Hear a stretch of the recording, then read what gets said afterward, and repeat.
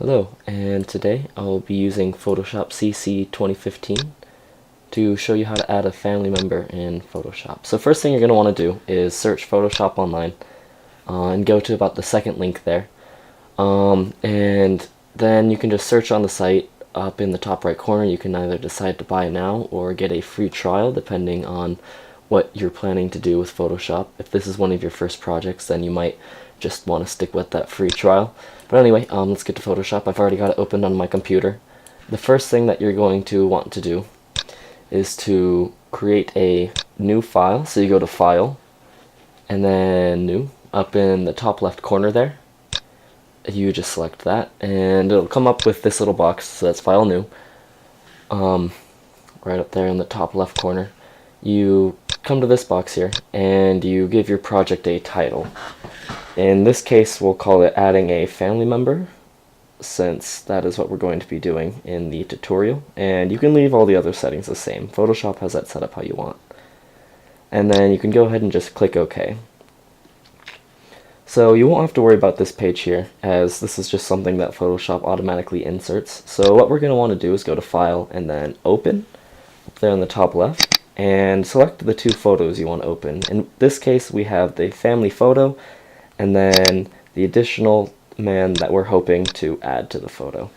And Photoshop is just going to create these little tabs up here on the top, and you can select between the two in order to see what you're working with. Alright, so the first thing you're going to want to do is come over to the toolbar here on the left and select this tool, which is called the Magnetic Lasso tool. If you right click, it'll come up with a few options. So just make sure that you have the Magnetic Lasso tool selected over here by left clicking on that once you've gone over to that toolbar. Alright, so what you're going to want to do with this tool is just begin by left clicking, and then you can just let the mouse go, just move it around without clicking, and it'll automatically form to the shape that you want it to. In this case, it's detecting the difference in color between the white background and this man that we're trying to select, and so just by moving the mouse around without clicking anything, we can select him. And then towards the bottom, you don't need to worry as much because he'll be hidden by the other family members in the photo. And then to complete the selection, you just left click back here where you originally did, and you should get this little white black dashed line outlining the person. And so now what you'll do is right click, and then on this selection page you want to go to Layer via Copy right here and just left click on that. And then you'll notice over here on the right, the bottom right, that we get this new layer here called Layer 1. So what we're going to want to do is left click and hold and drag them up to the top there, to that bar, and just hover over that family photo. That'll move over to that photo, and then you could just drop them in off the top of the photo. And so now what we're going to want to do is we're going to want to transform him once we've got him in the photo, just to get him to be around the same size as the family members in the background. So to do this, we do Control T or Command T on Mac, and then you can just hold the left mouse button and drag them around the photo. So one thing you're going to want to do is to resize him once we've got this transformation selected, and we could do this by holding the left mouse button and dragging one of the top right corners around, sort of how I did here, to get him to be about the same size as the other people in the photo. Here we're going to try and get him to be about the same size as people in the background. We're thinking that maybe we'll put him right in between these two people here. And so I'm going to try and get him to be about the same dimension as the other people in this picture. However, you could adjust this based on the actual real-life size and dimensions of whichever family member you're attempting to add. And so now, to apply that, you simply click on any other tool on the left-hand side there, and then you click Apply on that box. Alright, so what we're going to want to do after this is we're going to want to go back down to the bottom right, and we want to click that little I button next to the layer with the man on it, and that'll simply hide him for now, so we can work with the background. And so to do that, we're going to want to left click on what says background there on the bottom right side, so that we get these people selected so that we can start working with them. And then we're going to want to go back over to the toolbar and left click on that Magnetic Lasso tool. Just be sure that you've still got the Magnetic Lasso tool selected. And so once you've got that, you're going to remember left click to begin selecting. We're going to want to go over here and just start dragging that around everyone, and it should automatically adjust to the shapes of people's heads. And we're going to want to put him right in this space in here, so we're going to want to get a little more detailed lassoing. And so to do this, you can left click in a specific spot to get specific placement of the line. And you can just do that by clicking the left mouse button while you're dragging, and it'll simply put another dot there that the lasso tool will start to move around. And then once we get to the right side here, we can just make a rough dragging up back to this first dot where we left click again to get the selection. And then once we have this, then we can again right click and go down to layer via copy.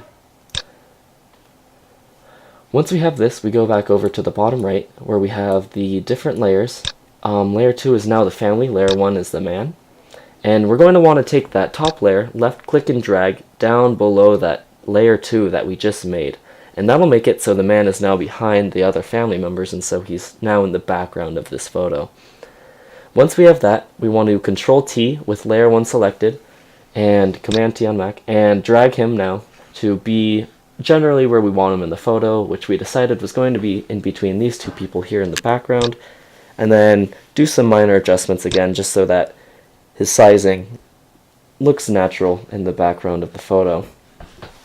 Once we think that's done, we can select any tool from the left hand side and come and click apply again. And now that we have him in the background, one thing that we're going to notice is that perhaps the top of his head here is a little flat. Maybe not entirely blending into the background of the photo, because obviously people don't have flat heads in real life, so we're going to try and fix that. By the way, we can zoom in and out of photos using the Command T and Command minus buttons on your keyboard. That's Control plus and Control minus on Windows, which I'm using. And so once we have this zoomed in like this, where we can see the individual pixels on the video, we're going to want to add hair to the top of this guy's head. So we're going to do that by coming over to the toolbar on the left hand side and left clicking on the clone stamp tool. That's this one right here that looks like a little stamp. You can right click on that to see a couple different options. However, we're going to want to stick with the clone stamp tool for this purpose. Just make sure you have that selected. And as you can see, we got a fairly large circle here of area that we're going to be editing. We want to get that a little bit smaller, however. We're going to do that by coming up to the top left here, this little number right here in the top left, and left clicking on that little arrow on the right side of it, and we're going to want to change the size of this tool that we're using. I usually stick around 1 to 5 pixels just to get a nice small edit. I'm going to go with 4 in this case because I think that looks like a good size for what I'm trying to do. Once you're done with that, you can just left click out of there, and once you have that, you can begin to clone the person. Just make sure that you do have the layer 1 selected down there in the bottom right still. And so now, to up here, these options, you don't really need to mess with those, as Photoshop has those set up how you want. So now to start cloning, you can click the Alt button on Windows and click in the spot that you want to copy, which in this case is the brown on this guy's hair. Once you have that Alt and left clicked, you can just left click and drag to now start copying the same color. Here we selected that brown hair color, and just start copying it onto the top of his head. You can sort of base the angle and shape of the head based on the people around him. Say off to the right here, we can see how it's just sort of rounded. However, there's not a perfect cutoff for where the brown and green pixels mix. There's sort of a nice little blend there.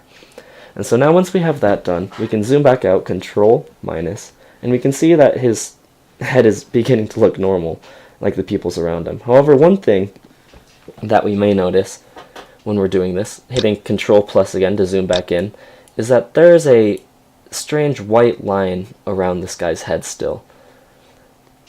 And you can see it here around the ears and the chin.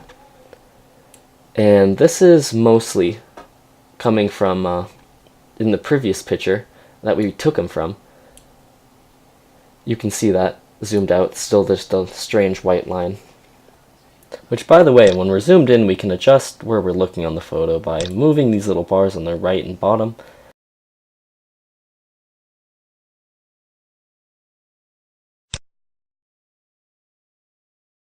We can definitely see those white lines there. That's just because of the background from the photo we copied them from. But to fix this, to get rid of this white line, we're going to want to go back over to the toolbar here on the left-hand side, and we're going to want to select the tool that looks like a little eraser, which is properly named the eraser tool. We can see right-clicking on that there's a few tools here. Just make sure that you left-click the eraser tool and make sure that you have that tool selected. Again, we're going to want to change the size of this eraser tool to get some fine detailing, usually just 1 or 2 pixels for erasing, just because this is some fine work. And then once you have that selected, you can just left-click individual those white dots that we're seeing around his face, just to try and get rid of those a little bit. Down around the neck here a little bit, we can see that it's a little bit of white up around the hair, perhaps even some of where we copied. Just round his head out a little bit more. We're going to see a few more of those lighter pixels from the background of the last image. And once you think that you have all of those erased, you can go ahead and hit Command minus on Mac again, and see how it looks. And if you notice anything, see here we can see a little bit of white above the left ear maybe. We can zoom back in using Control Plus. And we can see that, oh yeah, maybe there is a little bit of white there still. So I'm just going to left click and erase those little bits of outline. And then Control minus back out, and we can see that now he's really looking like he's blending into this photo. His head naturally blends into the background better now that there's not a white line surrounding it. And we can move on to the next part of the tutorial. We got rid of all that white background. So, next, what we're going to want to do is looking at the shading of this photo. We can see that maybe his forehead and underneath his chin, his shirt, has a little more lighting on it than the other people in the background. That is because his photo was likely taken in a studio from the picture that I took, whereas the people here are out in a field somewhere with the natural sunlight, and we can see that the shadows underneath the chins and shirts here are a little bit darker than that in the photo which we originally took it from. This may not be as big of an issue if you are using a photo from the same photo shoot, just blending them together. However, it may be an issue if you're just taking a photo as a family member from a different occasion and trying to blend them into a separate family photo. And so we can definitely see here on his forehead that it looks a little bit shinier than those people's around him. The pixels are a little bit lighter on the forehead than those to the left or right of him. We can see that there too might be some deeper shadows where the light is contrasting, maybe in around the eyes and the ears. However, to fix this, we're going to want to go over to the toolbar on the left-hand side and select this little hand here. Right-clicking reveals a couple other tools. However, we're going to want to left-click here on what's called the Burn tool, just to make sure we have that selected. And this is going to darken areas of the photo, just like burning a photograph or a picture might do. Make sure to go up to the top left-hand corner here again and change the size of this slider, just 1 or 2 pixels here again in this case. And another thing that you can do is up on this toolbar, there's something called exposure, which is just simply a measure of how intense this tool that we're using is, how dark it makes the pixels. You usually just want to keep that in the single digits, maybe up to 15 or 20% if you really want to change the lighting drastically. However, I'm going to be fine with 8% here, and so I'm just going to start clicking individual light pixels here, and it's just going to darken those up just a very slight bit, just to try and get rid of some of that glare that was on his forehead before. Maybe darken up some of these pixels around the outside of his head too, as some of the light from the previous photo may have put a little aura around him, you could say. And so we're just going to keep clicking here, just single left clicks, just individual spots where we think that the lighting could be reduced a little bit to try and blend it to the people around him a little bit more. And once we think we have that, we can hit Control minus again to zoom back out. And we can see now that some of that glare that was on his forehead before from the studio lighting is now reduced. And now he looks like the lighting coming from this field is actually affecting him similar to those people around him. And so he just blends in even that much better.